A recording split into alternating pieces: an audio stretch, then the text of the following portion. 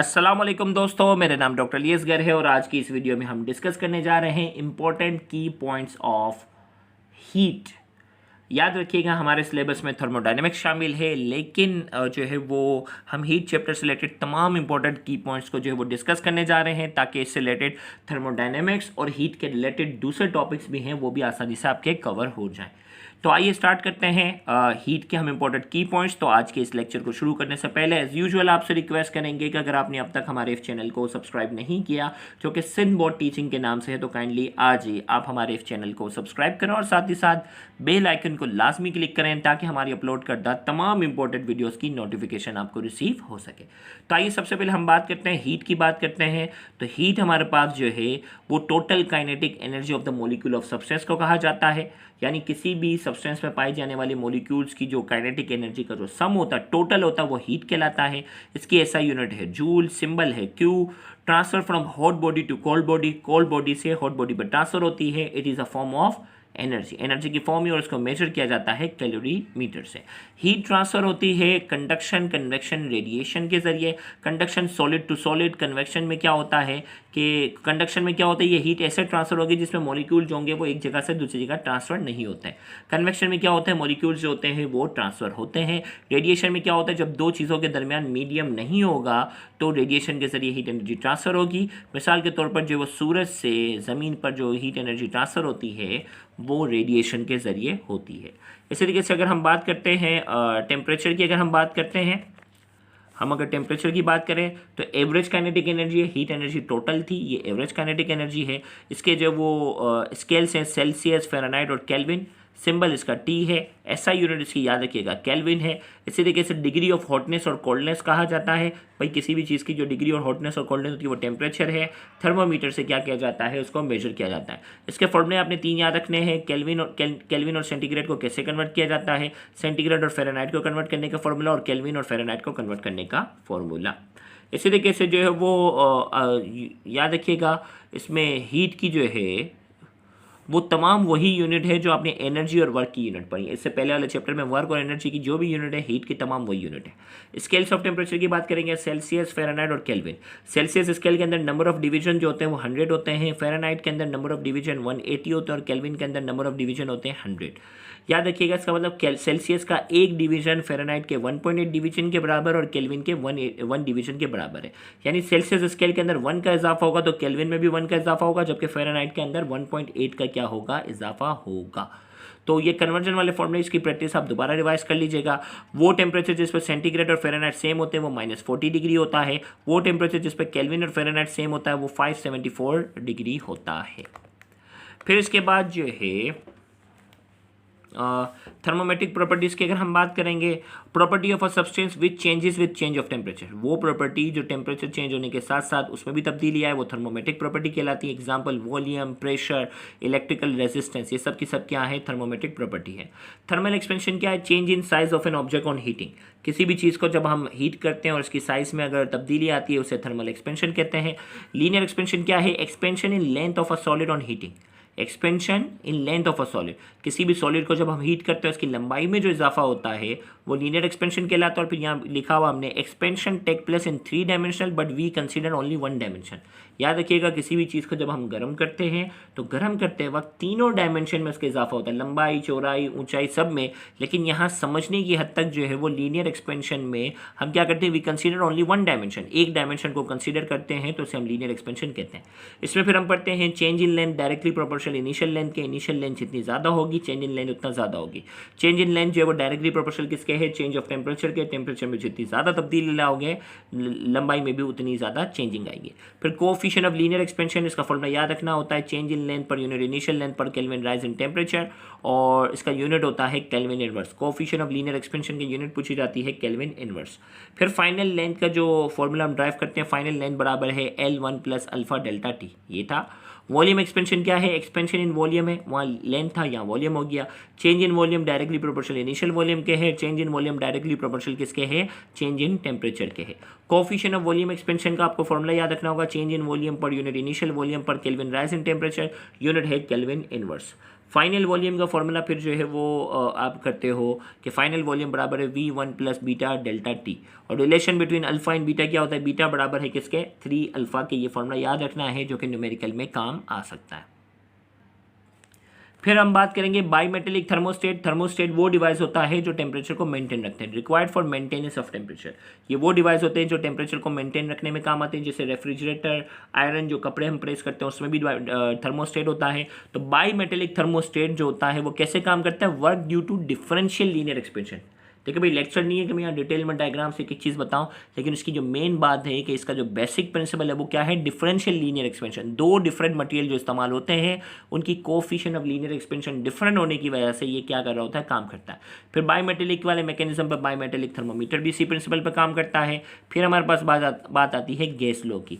Behaviour of a gas can be explain by 4 variables, pressure, volume, mass और temperature. 4 variable की मदद से gas behaviour of a gas को हम explain करते हैं, जिसमें बॉयल्स लॉ क्या, वॉल्यूम और प्रेशर के दरमियान इनवर्स रिलेशन है, केमिस्ट्री में पढ़ा। PV इक्वल टू K, ये भी बॉयल्स लॉ है। P1 V1 equal to P2 V2, ये बॉयल्स लॉ की इक्वेशन है। Affect of mass on Boyle's law की जब हम डेरिवेशन करते हैं, P1 V1 upon M1, P2 V2 upon M2, ये फॉर्मूला भी हम क्या करते हैं, ड्राइव करते हैं। चार्ल्स लॉ में हमारे पास क्या होता है, वॉल्यूम और एब्सोल्यूट टेम्परेचर के दरमियान डायरेक्ट रिलेशन है, प्रेशर कांस्टेंट होता है। V1 अपॉन T कांस्टेंट जो है वो चार्ल्स लॉ को रिप्रेजेंट करता है, और चार्ल्स लॉ इक्वेशन है V1 upon T1 equal to V2 upon T2। General gas equation हमारे पास क्या है, PV इक्वल टू nRT, और इसकी मदद से हम एक और फॉर्मूला जनरल गैस इक्वेशन का ड्राइव करते हैं, P1 V1 अपॉन T1 बराबर है P2 V2 अपॉन T2। ये न्यूमेरिकल में काम आता है। R की वैल्यू जो है यहाँ 8.314 जूल पर मोल पर केल्विन, और R की वैल्यू हमारे पास जो इसमें है 0.0821 ATM DM क्यूब पर मोल पर केल्विन है। इसी तरीके से यहाँ हम बात करेंगे फिर काइनेटिक मॉलिक्यूलर थ्योरी है। काइनेटिक मॉलिक्यूलर थ्योरी के जो 6 पॉइंट हैं उनकी तैयारी करनी है। 2 मेन बातें उसके अंदर लिखी हुई हैं। 1 मीटर क्यूब के अंदर नंबर ऑफ मॉलिक्यूल्स की तादाद 3 एक्सपोनेंट 25 होती है। Diameter of a molecule, average diameter of a molecule याद रखना है 3 एक्सपोनेंट माइनस 10 मीटर है। इसके अलावा 6 पॉइंट जो बुक के अंदर है उसको एक नंबर रीड कर लेना है। फिर इसके बाद जो है प्रेशर ऑफ अ गैस का जो फॉर्मूला होता है ना, pressure of ideal gas, P बराबर है 1/3 रो V नॉट स्क्वायर, और इसकी मदद से जो है वो एक ये फॉर्मूला भी न्यूमेरिकल में इस्तेमाल होता है। फिर इसके बाद जो वो हीट कैपेसिटी है, आपको हीट कैपेसिटी क्या है, जो वो चेंज इन टेम्परेचर, किसी भी सब्सटेंस का टेम्परेचर बढ़ाने के लिए जो हीट एनर्जी प्रोवाइड की जाती है वो क्या हीट कैपेसिटी है। The amount of heat required to raise the temperature of a substance is called heat capacity. और स्पेसिफिक हीट कैपेसिटी में क्या है, मास का जिक्र है। देखें भाई, यहाँ Q अपॉन डेल्टा T है तो इसकी यूनिट क्या बनेगी, जूल पर केल्विन। स्पेसिफिक हीट कैपेसिटी में क्या आ गया, पर यूनिट मास आ गया ना। तो amount of heat required to raise the temperature of a substance पर यूनिट केजी आ गया। तो यहाँ क्या होगा, जूल पर किलोग्राम पर केल्विन, ये हो जाएगा। मोलर स्पेसिफिक हीट में क्या हो जाएगा, यहाँ मास की जगह क्या आ जाएगा, मोल आ जाएगा। The amount of heat required to raise the temperature of per unit mole of a substance, अब यहाँ मोल का जिक्र आ गया।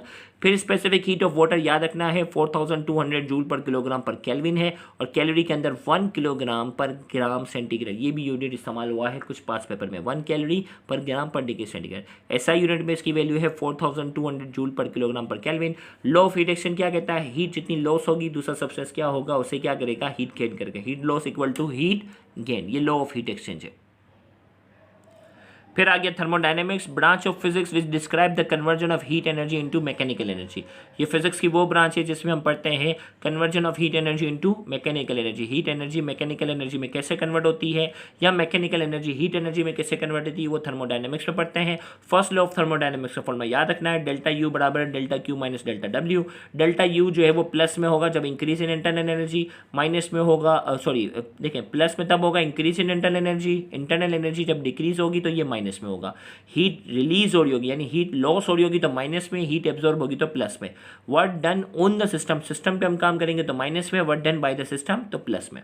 आइसोलेटेड सिस्टम वो होगा जिसमें क्या होगा, जो वो delta U equal to 0।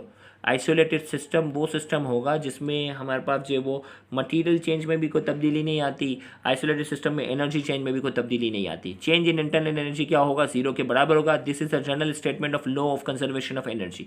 Law of conservation of energy क्या है, आइसोलेटेड सिस्टम में टोटल एनर्जी क्या रहती है, सेम है। डेल्टा यू इक्वल टू 0 का मतलब क्या है, इंटरनल एनर्जी सेम है, तब्दीली नहीं आ रही।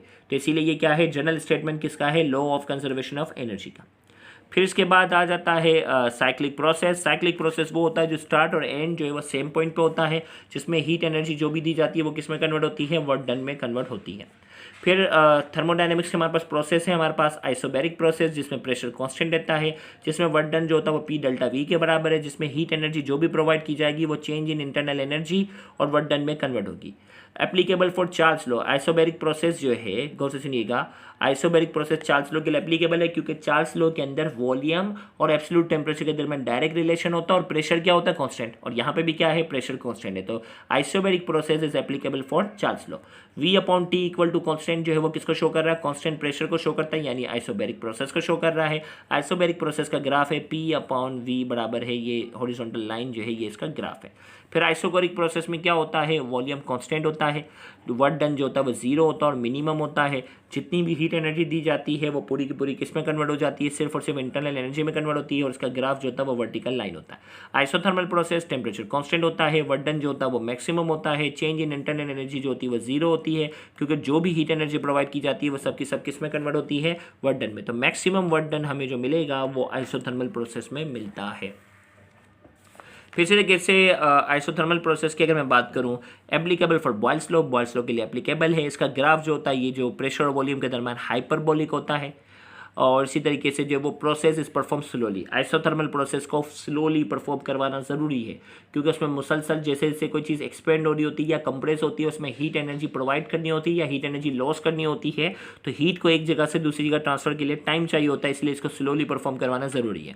एडियाबैटिक प्रोसेस वो होता है जिसमें no heat flow into and out of the system, heat energy जो वो फ्लो नहीं करेगी, process is done very quickly. Adiabatic process को क्विकली परफॉर्म करवाना ज़रूरी है। Delta U equal to minus delta W, ये जो डेरिवेशन करते हैं, यानी इसमें वर्क डन हमें मिलता है due to decrease in internal energy. Internal energy में जब कमी आती है तो हमें वर्क डन मिलता है एडियाबैटिक प्रोसेस में। इसका ग्राफ जो हमारे पास है वो एडियाबेट कहलाता है और इसका ग्राफ कहलाता है आइसोथर्म कहलाता है।